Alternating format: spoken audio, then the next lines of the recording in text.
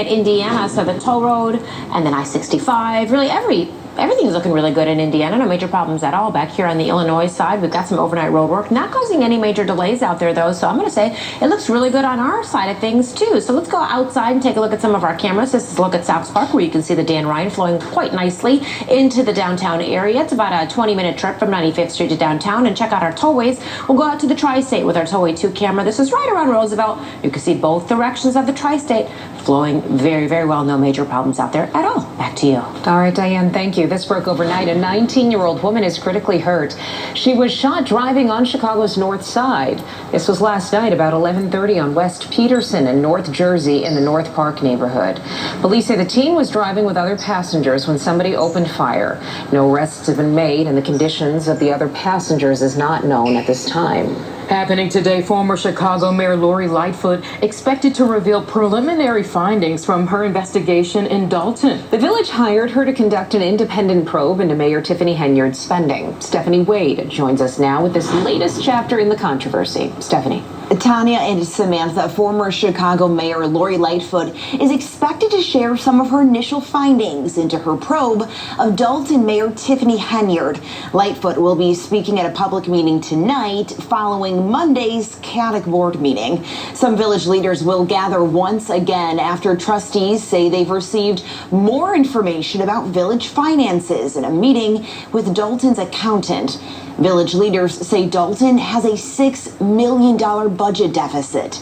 Henyard, who is also Thornton Township supervisor, is embroiled in a corruption scandal and has been accused of using government money for personal reasons. She has denied those allegations. Now, this all started back in March when 3 former employees filed a lawsuit against Mayor Henyard, alleging they were wrongfully fired for refusing to do political work for Henyard. Lightfoot was then hired by village trustees to independently investigate her administration's spending, including a lavish village-funded trip to Las Vegas last year. Now, while Lightfoot is a former prosecutor, her only power in this investigation is to present the information. We've reached out to Henyard's office for comment, but have not yet heard back. Tonight's board meeting starts at 6:30. Back to you. Thank you, Stephanie. Now to the race for the White House. With both campaigns battling for votes here in the Midwest, Vice President Kamala Harris and the man looking to take her job, Senator J.D. Vance, even at the same airport at the same time. This comes as Vance questions the military record of Harris's running mate, Governor Tim Walz. ABC's Perry Russom joins us live from Washington with the latest. Good morning, Perry. Good morning. The Trump campaign is seizing on a video where Walz talks about gun restrictions and weapons he carried in war, but Walz never saw active combat, and now Vance is accusing the governor of lying about his service.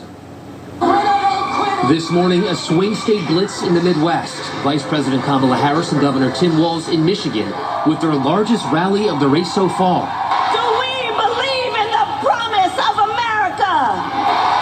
President Trump's running mate, Senator J.D. Vance, who served in the Marine Corps, now questioning Walz's military record after he said this about gun restrictions. And we can make sure that those weapons of war that I carried in war is the only place where those weapons are at. Walz served in the Army National Guard for 24 years and acknowledges he did not see active combat. I think the evidence at this point is overwhelming that he lied about serving in a combat zone. Walz retired from the National Guard in 2005, 2 months before his unit was deployed to Iraq. He then ran for Congress, where he was a vocal critic of the Bush administration's war policies. The Harris campaign saying Governor Walz would never insult or undermine any American service to this country.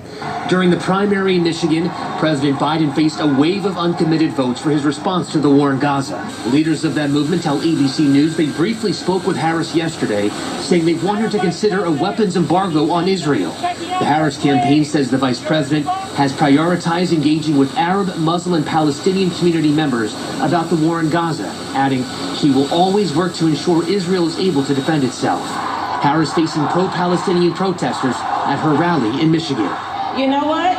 If you want Donald Trump to win, then say that. Otherwise, I'm speaking. And former President Trump says a new debate with Harris will be announced soon, but he did not say more than that. It comes after Trump backed out of a debate in September on ABC. Back to you. All right, Perry Russum reporting live in Washington. Perry, thank you. The Democratic National Convention in Chicago starts on August 19th. There were 2 virtual meetings last night. They were held to answer questions for people living around the United Center and McCormick Place, where the convention events will be held. The CTA says it'll be providing buses to help get delegates around during the DNC. 175 buses and operators will be provided each day of the convention. The CTA says that's just a small fraction of its overall bus fleet and workforce. There will also be added service for other passengers during the week. Today marks 20 years since Chicago police officer Michael Gordon was killed in the line of duty. Gordon died after his squad car was hit by a drunk driver on August 8, 2004. Friends and family